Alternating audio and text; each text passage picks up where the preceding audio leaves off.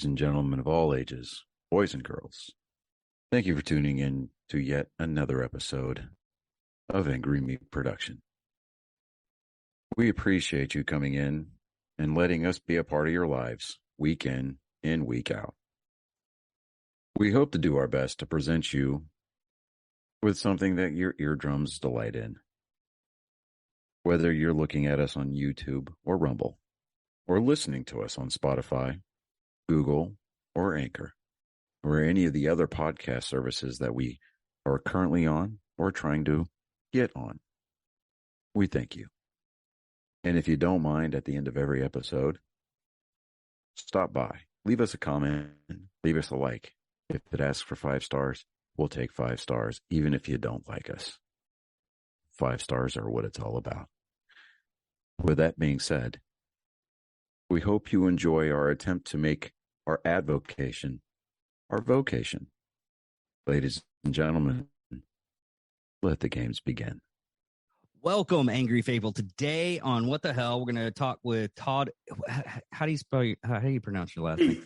Heath. Okay. Todd Heath. He's Hephaestus Industrial Industry. Yes. Okay. And you're basically wanting to invent stuff or whatever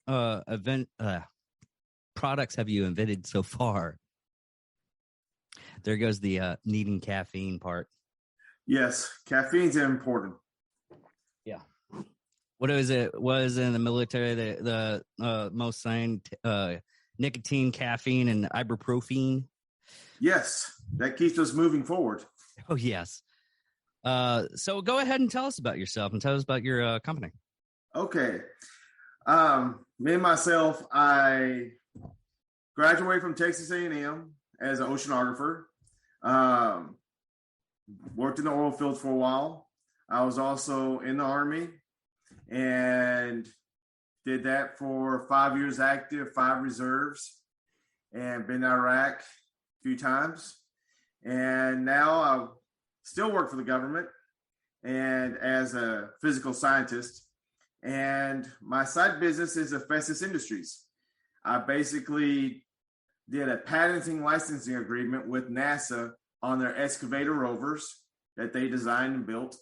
And so I'm trying to bring that to the market for when NASA starts landing back on the moon in the next 3 years, that 3 years we'll have the equipment to start mining and construction of the moon, to start building moon bases and go from there. I thought it was less than that we're going to land on the moon. It was pushed back to 2025 because Biden couldn't talk people into giving enough money to NASA. Oh, okay. Coming up after Trump, and that would have gave a win to Trump too. And Democrats don't like Trump, and Trump don't like Democrats. So yeah, it's one of those hard things that you want to move. That's the reason why I hate politics. Yes, people wanted me to get into politics. It's like, fuck that. I like to move shit going. You hate yourself enough to go into politics. That's what it comes down to. Yeah. If you're willing to be one of those people that just, okay, here's the idea, we'll plan it out. It won't probably be in your administration and it'll happen, but it'll be there. I'm like, no. That's the reason why I think a lot of people don't understand. And I don't like career politicians, one iota. Yes. But it's one of those necessary evils because they're still trying. There's a lot of people that run for Congress or Senate. They're still trying to get done the one thing they promised their people they would get done. That's right. And they can't do it because politicians are supposed to be able to negotiate with each other, give up some things to get some things to move our country forward. And right now, neither one want to actually talk and work things out to move forward. Yeah, exactly. And so are you allowed to talk about the excavators? Anything of it? Yes, I can actually. Right now, I've already been designing, was already making the parts for it and assembling it. Now, are you So I using just got finished doing another order of parts they have cut out and sent to me. And I'll have my first one. I'm hoping within the next month. I already have the electric motors. I have the processors. I have the batteries. And it just comes down to getting them in, bending it out, riveting it or welding it. Depends however I decide to do it. Okay. And getting the first one or two done. And but see, NASA has a whole plan for the moon base already. The layout, because you need like a berm between the landing pad and the actual base. And then you have to have the power generation area. And that can't be by the base because they want to put the actual base inside like the Shackleton crater. And so there's no sun down there. That's where they can actually get to the ice and stuff that's trapped on the moon. And that's at the South Pole. So you're going to have solar panels and possibly nuclear generators up above the rim. So that means we got to build a road from where that equipment is and bury cables all the way down to the living areas. Yeah. So there's a lot of construction that needs to be done and moving basically regolith from one area to another. We are designing the equipment to make roads by melting the regolith in place. And because some of the companies right now that are looking at building landing areas, stuff in that area, is talking about using a rocket that just hovers in place, melts the equipment or the rock, and then it flies off and crashes. I think that's kind of a wasteful thing. So one of my equipment will actually go up, connect to the human landing system rocket, either SpaceX or somebody else, but mainly SpaceX right now, use their fuel and use that as a burner to melt the rock behind it and make a road and path. That way, the rovers and anything else that NASA has for the astronauts to work around on can walk on it and not get dust on them, so they don't bring it into the environments, because dust is actually really bad on the moon. But you also, when we gather it and build the berms and everything else, then you can start processing the ore. And I already got the paperwork drawn up to how to process the ore in a manufacturing style, not just what NASA's been working on, with just pour it into a bucket, heat it up, and then you got to figure out, got to empty that bucket, fill it back up again. That's wasteful. Yeah. So we're designing that process too, so we can get the equipment or the regoliths separated to all the constituents, the gas, the iron, the aluminum, the titanium. And after that's done, then you can process it and sell ingots, or, process the metal to like whatever you want to sell it. Because under the president's program, anything we mine is ours. I can sell it. Okay. Anything that I can't own the property, but as long as I'm mining it, pick it up and move it, it comes down to my company can actually do something with it. Okay. So we're going to basically help build and start processing the ore, so that when somebody else comes along and says, hey, I want to build something, and we can say, we got the iron, we got the aluminum, titanium, whatever you need the material for, and the gases. We got rocket fuel, we got water, we got metal. We'll sell it to you and you can do whatever. Okay, so you're basically setting everything up to process on the moon instead of bringing it back. Because there was technically, yes, we can gather out the lithium that's on the moon. Okay. And bring it back and build car batteries or whatever we want, but we can also do it there. And then you got SpaceX that wants to build two there, because it'd be a great experiment area before going to Mars. Yeah, and SpaceX has already stated they want to have a colony basically started by 2030. Okay. They're way like 10 years ahead of NASA on that point. But it's his money. He can do what he wants. and he will need the equipment I build there too. Okay.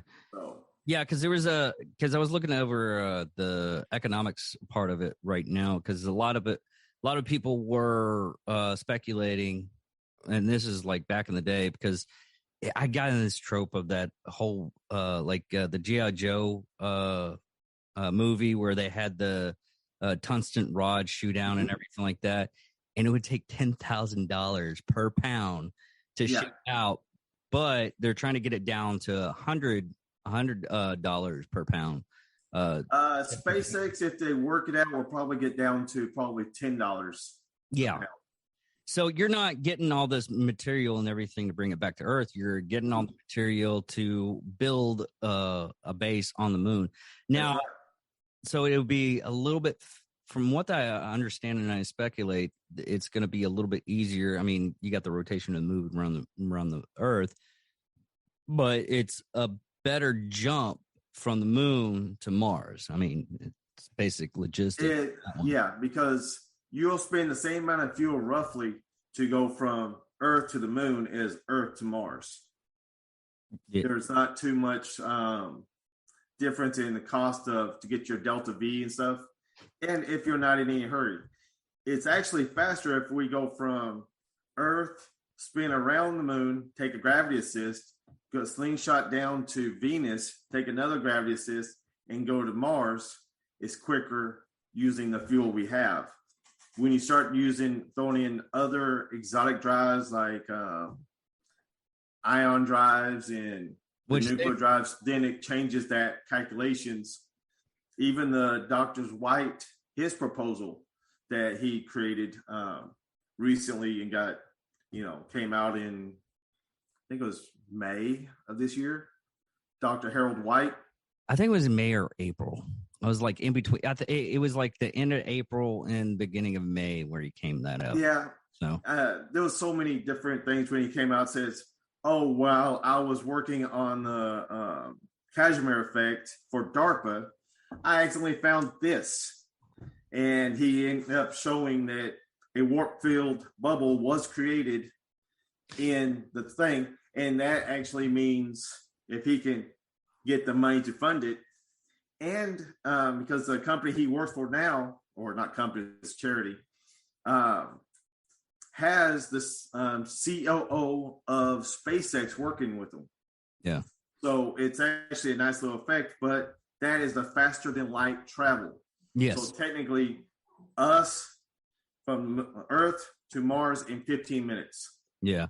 But you got to figure out your startup time, how long it takes to ramp up and slow down. But and the shielding for going into something like that faster. Well, the warp field bubble will actually make a field around it to help push away any.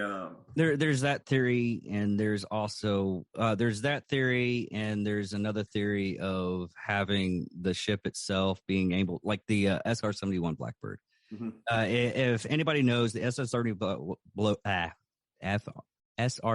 Blackbird is the parts on the plane are actually opened up a little bit. I mean, it makes it expand as it heats up, as it moves through the atmosphere. Yeah, that's why it leaks so much fluid on the tarmac. Yeah, that's why they don't actually fill it up fully when they on the ground, and they fill it up in the air, because once it gets going, it actually has less fuel. But the other thing I was actually interested in is the ion drives. I love the ion drives. I mean, they're huge so far that they made them and everything like that. They're not right as small as you think. But dude, I've been waiting for a TIE fighter. I'm sorry. Oh, it's completely, in complete honesty, it's well within the possibility of doing it, because after we have a moon base or a base, and the Gateway Foundation is talking about building their bases. And after that, the first one, I think they said the second and third one, it will eventually get to a point they could pop one out every week to a month, full size, 250,000 square meter base. Oh, wow. Orbiting space. And basically, it just brings the equipment up. It has a surround section that just assembles it, welds it, and it moves around. And so you end up with a big donut shape, basically, with all the internal parts already assembled, everything. And you can talk about space hotels and stuff like that. Yeah. And after you get that, it'll be real easy for crazy people like you and me and other ones that be like, well, build a group of TIE fighters and X-Wings that people can rent. You have your little squadrons and have, one little sealed room that's heavily insulated. Have them go out there, play around a little bit with so much fuel, and have it automatically say, I'm at this much fuel. Turns around and comes back. That way, you don't have to worry about, if the idiot does fly farther away, because that's all he's an idiot. Then have them recovery ship go out and charge them way more money than you ever think possible to go get him, bring him back. But you could actually do something like that really easily, because you're not worried about getting in the atmosphere. You're not worried about anything else. And you can simulate your lasers to decide on how it hits, what force it is, and the computer calculates it all. And you just come back in. It automatically attaches like the SpaceX Dragon does now to the International Space Station. Mm-hmm. So you don't have to actually, I'm a skilled pilot, I can do it myself. No, the computer will do it. It just shuts you completely out, does it, connects, opens up and say, get out for the next person. It just sounds a very expensive way to play laser tag, but it would be awesome. If you did something like that, the greatest thing is you could rent that out to Space Force and the Air Force to train their pilots. Exactly. And because until you make something of some kind, they really don't know what they want or any kind of tactics or anything like that. Yes, it might be for no reason to have the pilots do nothing else, but at least if we ever really need a true Space Force that is armed, then you have tactics already figured out. You don't have to sit there, but just stupid training. Yeah. Now, on the scale of, would you eventually be able to set all your stuff up to Mars? Because a lot of people don't understand that Mars has their ground, their soil is very acidic. I mean, they had to they were going to do, I think it's like a mixture of like ceramics and everything like that to actually build like a 3D printer buildings on Mars. The percolates in the soil that needs to be processed out when they actually start building. Yes. And anything else, because percolates and the salts don't interact well with organic material. But that's actually a really easy thing to wash out and get rid of. Then, you can sit there, and as long as you got CO2 in the atmosphere, then it's easy to convert any carbon chain to something else. It might take heat, radiation, whatever force to convert it into other kind of plastics. And then you can actually bond it with anything material-wise to do 3D printing. And also, Elon was talking about using the Boring Company on it to help carve out, caves and everything else. And also, Mars also has volcano tubes, lava tubes, like they have on the moon and in Hawaii and stuff. But the size difference, you go to Hawaii, you got lava tubes that might be 30 feet in diameter. Mm-hmm. On the moon, your lava tubes can be up to 300 feet high and 1,200 feet wide, and might stretch for many kilometers. Okay. And on Mars, they're going to be a little bit smaller, but you're still probably looking at 100 some odd feet high and 600, 700 feet wide and how many kilometers. So you still either enter that up and build up pressure, you got sealed environments right there. Okay. Now on those particulates, that was another thing. And when I watched this video of all the stuff they were doing and everything like that, are you able to use those particulates for other uses and everything? Okay. What's some of the uses from those particulates? Well, the particulates can be broken down to its main constituents. You got basically it's a form of salt, and I forgot to see potassium, phosphorus. It doesn't, well, basically after you wash the elements out, those percolates, and then you separate your water again from it to get the particulates out, and you can heat that up to where it's by laser completely separate them all into their constituent elements, and then you can have the gases recondense as say helium, hydrogen, carbon, sodium, and save them in containers that you can actually re-add later to whatever you're building. So basically, so you just can have your elements ready to go to create whatever you need. Basically, the other building blocks of life. Okay, yeah. Now, how far along? You're not using any kind of plastic 3D parts that you actually make yourself. Mine is pretty much all metal. Okay. And I'll probably go with ceramic when I go later on, because the heat characteristics are so much better. And that way it will can handle micrometeorites hitting it, stuff like that.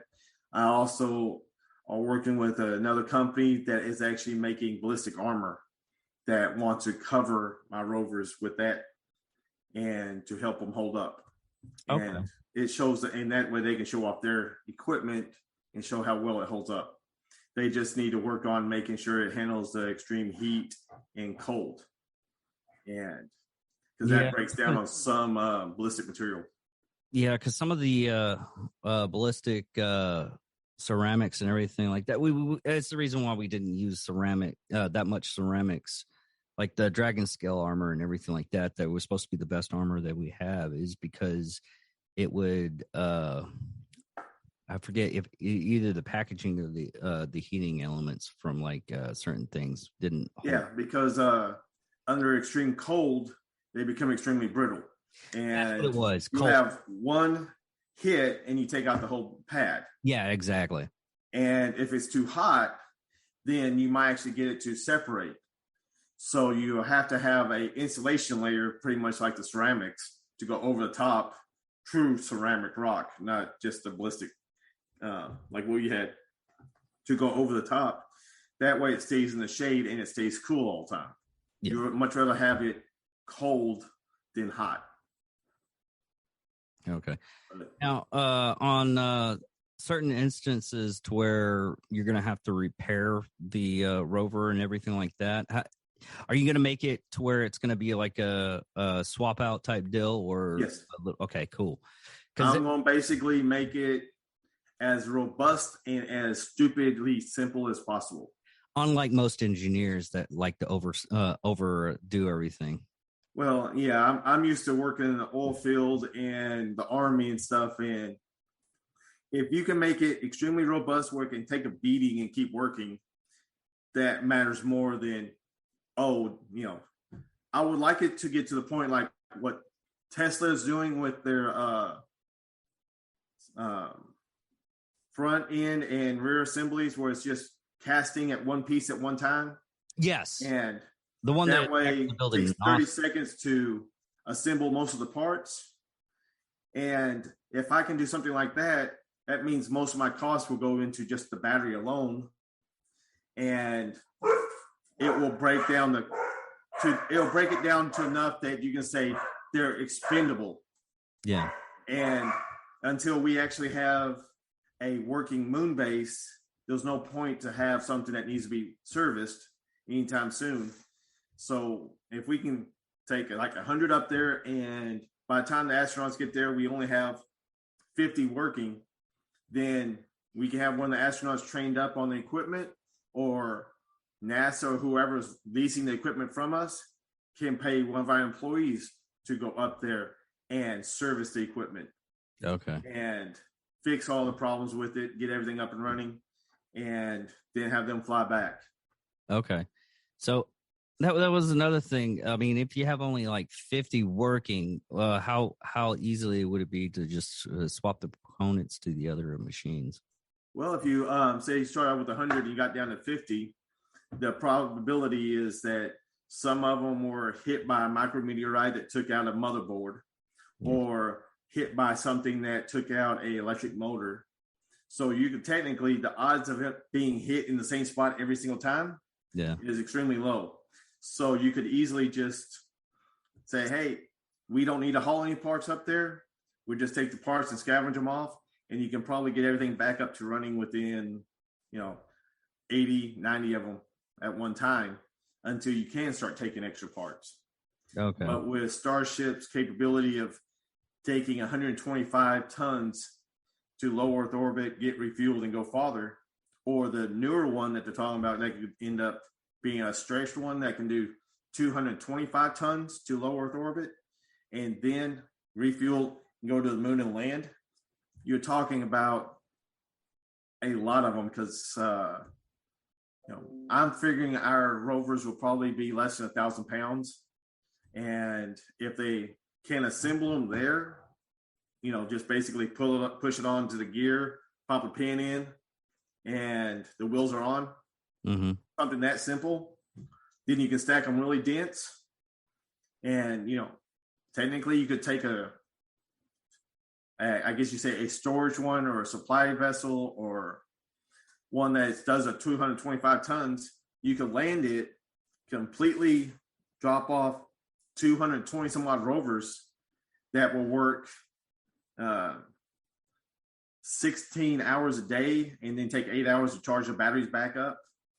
Okay. And have AI controlled, so they constantly interact and avoid each other. And you can have controllers down here that would work on the computers controlling them and do stuff like that. And when they're not working for NASA or one of the countries that we have signed the Artemis Accords with, then we can go off and use them for ourselves and mine, and start building up piles of regolith and everything else to start processing. Because everything we got here on the Earth, we have on the moon. So all the lithium, the gold, all that. And maybe we might eventually get to a point where we can bring something back. Then you can sit there and say, hey, this is a ring of gold from the moon. Your girlfriend might like that more than just, this is gold from the slave dealers down in Africa. I love you. You're like, this one's from the moon. It's certified. Have one of those things. It's like, this isn't Earth gold. This is moon gold. This is what that's how much I love you. How much value would that increase everything? How much a diamond from the moon be worth? Not that much. I mean, no, diamonds are cheap. Yes, but if you have the bars or the bears or whatever they are called, say our diamonds are this expensive. Yeah, but this is from the moon, and I'm certifying it's from the moon. Okay. So you want to inflate your diamonds to cover that cost of your stuff? I can inflate my diamonds to cover the cost of whatever I want. Yeah, that's really sad. A lot of people don't know is diamonds are actually very, very abundant. Yes, they are not as rare as the jewelers like to say it is. When you take your jewelry to the metal broker, he cares more about your diamonds and everything else. Yes, he was like, oh yes, that's a real diamond, but he doesn't count it as your gold, and he normally doesn't give you anything for the diamonds. He'll send them off someplace else because they have to be graded, everything else. It's a long, tedious thing. But gold is real quick and easy to, process through. Yeah. Because when I was over in Bahrain, I bought a bunch of gold and everything like that. And the way they sell their jewelry and everything is by weight, not actually by the how much the jewelry would cost. Yes. And I would come back and I would like wait a year, maybe 2, and just sell it all in, gain the profit and everything from that. It's just, if you're able to do stuff like that, it's a lot of profitability for you. But on the you said you're gonna have are you gonna have actual people there to run the machines or anything, or is it just gonna be Earth? No, mainly here on Earth. In the moon, we can control them from here. There's not that much of a time delay really to operate the equipment.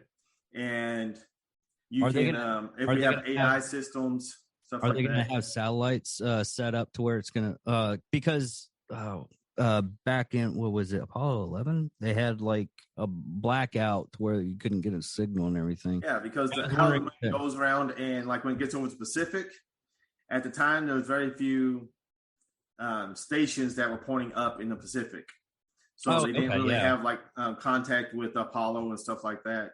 Yeah, but all the land, you had Australia, then you had India, Europe, but now we got so many satellites, and not to mention when we do start going back, it won't take nothing for, say, Elon to sit there and kick out 50 satellites to circumnavigate the whole moon, providing GPS to it and communications. Okay, yeah. Because he could do that with one launch and put enough satellites around it to completely blanket the whole moon. And or at least the our side. Because if they turn around and just leave the satellites to go from polar region to polar region, they can pretty much keep it steady on the light side. Okay.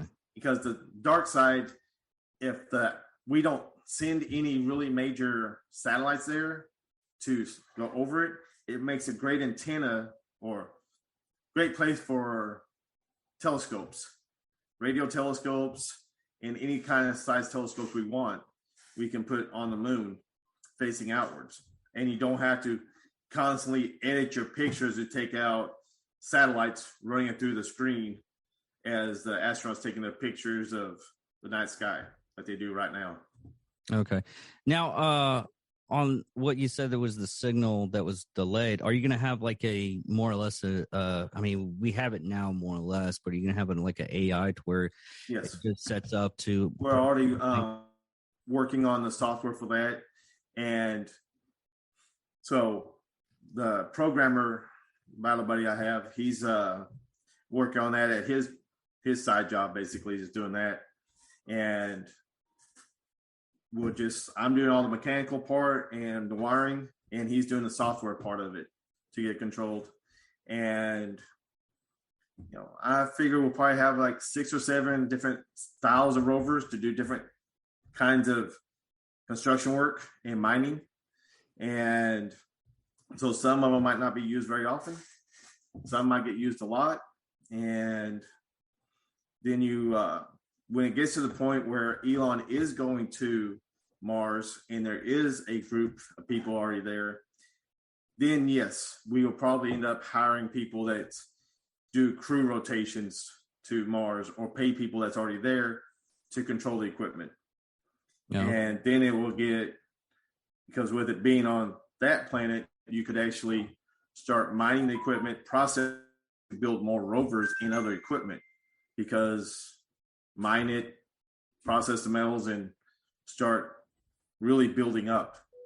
Because the only thing that limits us right here is us launching from here to the moon. After we get on the moon and start processing the ore, then you can turn around and say, we can start building massive equipment to really do construction on a much bigger scale. Yep. And, you could do that really good on Mars. You can also do it on the moon too, but it's just, we got to get there first, start doing it, and then start increasing in size and scope. Have you factored in the different of the gravity for the drilling and everything like that? Yes. And the NASA luckily did this for the original excavators, and that we got the patent for. And Mars is 1/3. The moon is 1/6 gravity. So it just slows things down. It doesn't, you don't have an atmosphere on the moon, so it still falls toward the ground as fast. Okay. That way you can, if you fall on the moon and there's no atmosphere, you're going to hit the ground just as fast as you would here on Earth. Yeah, exactly. But with the atmosphere slowing you down, then you don't hit as hard. And that's why we need to, in my humble opinion, need to hurry up and get that going for when I'm too old to walk on Earth. I can walk in a habitat on the moon, and when I fall, it won't hurt as bad. Yeah, my hips are already getting. I'm like, I'm about to be 44. My hips are just. My right hip is really starting to go. My knees are already shot. If I don't pop it in a certain time frame, I'm like, oh yay. Yeah, I mean, my opinion is eventually that's my retirement area. I need to hurry up and start building there for, I can still be really active if there's only 1/6 gravity. Oh yeah. I might could actually slam a basketball finally. Yes. Because like the moon, if you turn around and blocked off one of the lava tubes and sealed it up, you got a habitat. You can make it whatever you want. You can have a 10-story building inside the cave, have it punch out through the top and have a dome that you can see the stars, everything from the top.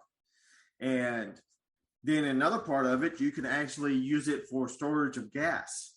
Yeah. And if you store it up the gas and start building it up for like rocket fuel for Starship methane, then you make it more like I think it's Titan, one of Saturn's or Jupiter's moons. They actually has a Saturn. Methane atmosphere. It's Saturn. And well, if you have that and you start building up the pressure, then it's already heated from living area and stuff like that. Put you on a nice wetsuit, put you on a regulator, slap some wings on, and you can practice your flying by hand with wings up to 300 feet high in these lava tubes.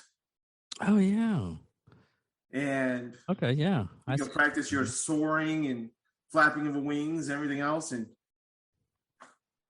enjoy yourself. It's also one of those things is the different training that you're going to have when you're in outer space because it would probably be beneficial because we still have gravity. I mean, even when you're going into one of those, what is it, free fall tubes and everything like that, you still have to deal with gravity. You still have to deal with I'm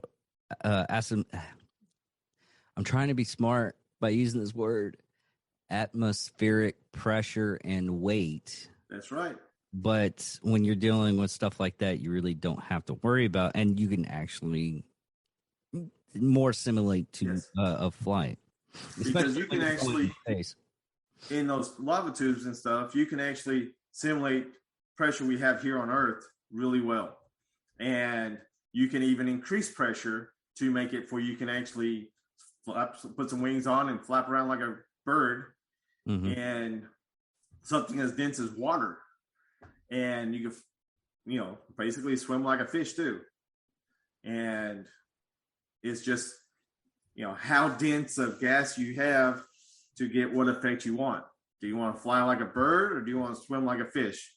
Yeah. Because we're going to need liquids and stuff like that and gas and fuel and on the moon.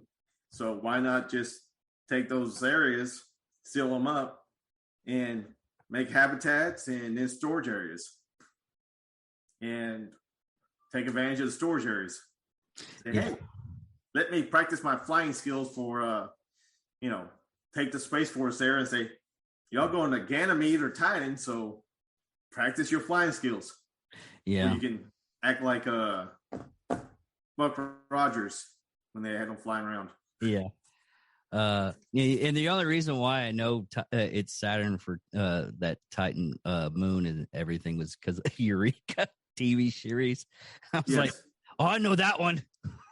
I'm this smart because I watch TV. TV. No, Show I always forget the names. It's like Ganymede. You have Titan. You have a few other ones that are really nice areas to go to, and will be great places for locations to put outposts. Yeah. And one of the companies I'm working with right now submitted paperwork to them, and we're going to try to do a joint venture with their armor and exoskeletons and everything else they're working on, is submit mine to like Space Force and see if we can get some grant money coming in to help fund us. And because they can make a construction battalion for Space Force, so that way they have equipment and can go to any of the moons and planets in the solar system and start building out small bases. That way they have, it'd be like the Antarctic. We have the army there controlling most everything and supplies. And you have Space Force there and have working scientists doing research all the time. And you just have Space Force doing the logistics and acting like the Coast Guard. When somebody breaks down, they fly out to help. Yeah, that would actually be kind of interesting. Of course, I just ended up finishing up on Endurance, the expedition from like 1914. So that could have helped. But now saying that and everything, if the AIs and I'm just doing a silly joke on this one. If the AIs get up and going and it start demanding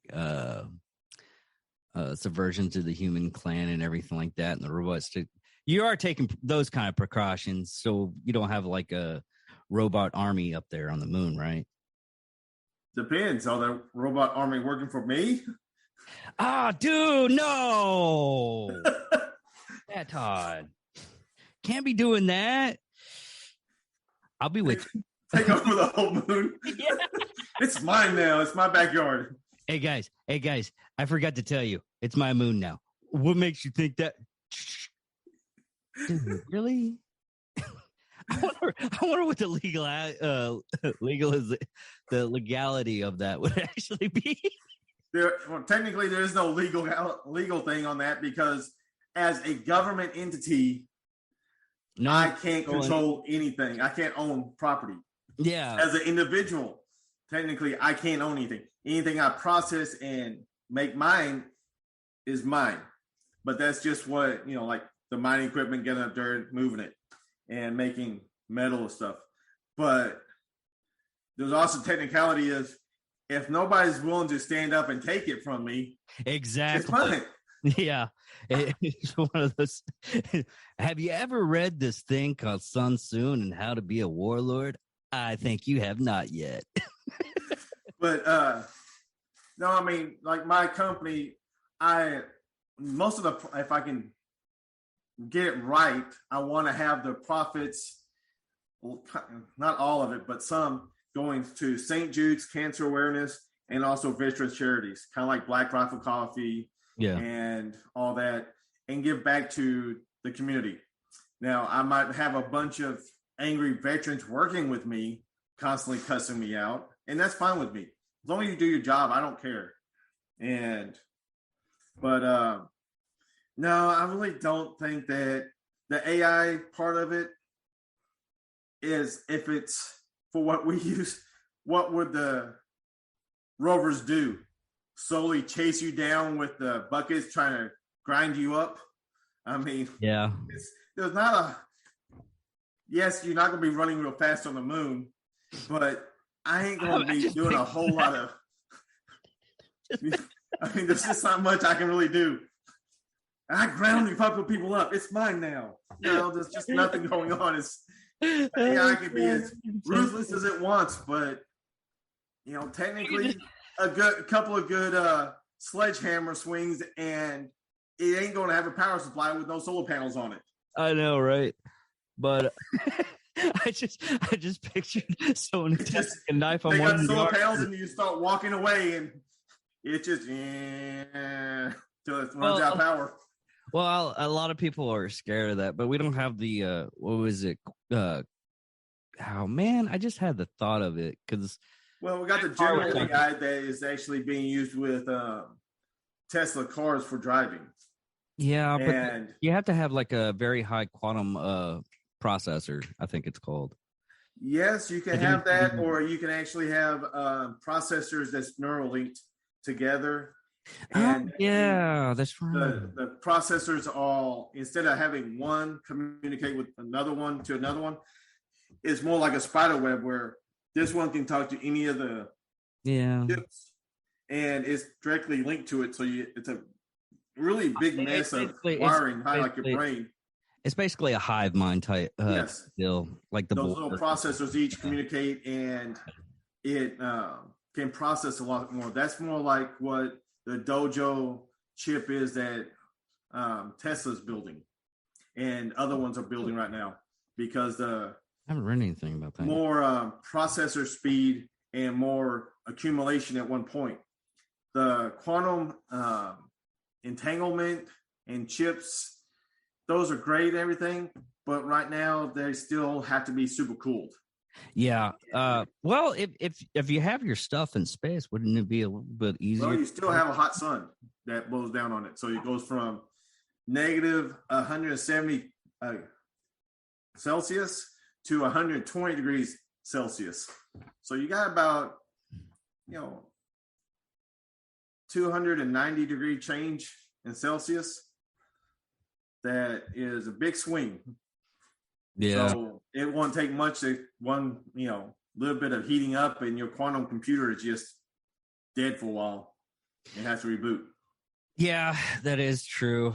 I've totally forgot it. It's one of those things. Just like you think you're smart on this part, and you're like, oh yeah, you could just do it this way. Didn't you forget about this? Oh fuck yeah, damn it, yeah, totally right. Most of our technology is going really well in specific spots. Right now, it's coming down to your metallurgy and your new materials that we're coming up with is making the advances that allows us to eventually get super conductive material and processors and everything else quicker and faster. Yeah. And also, if you assemble it and make it in low gravity, then that actually opens up a lot more material that can be made.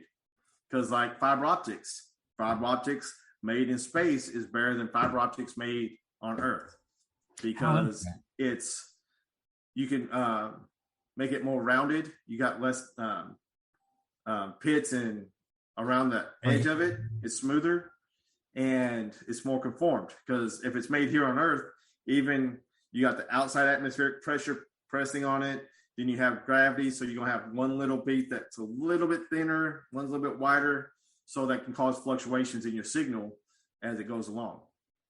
So yeah. I had to use that. I actually had to use that gravity theory with water and everything just recently because of a fucking flat earther. God, I hate those people.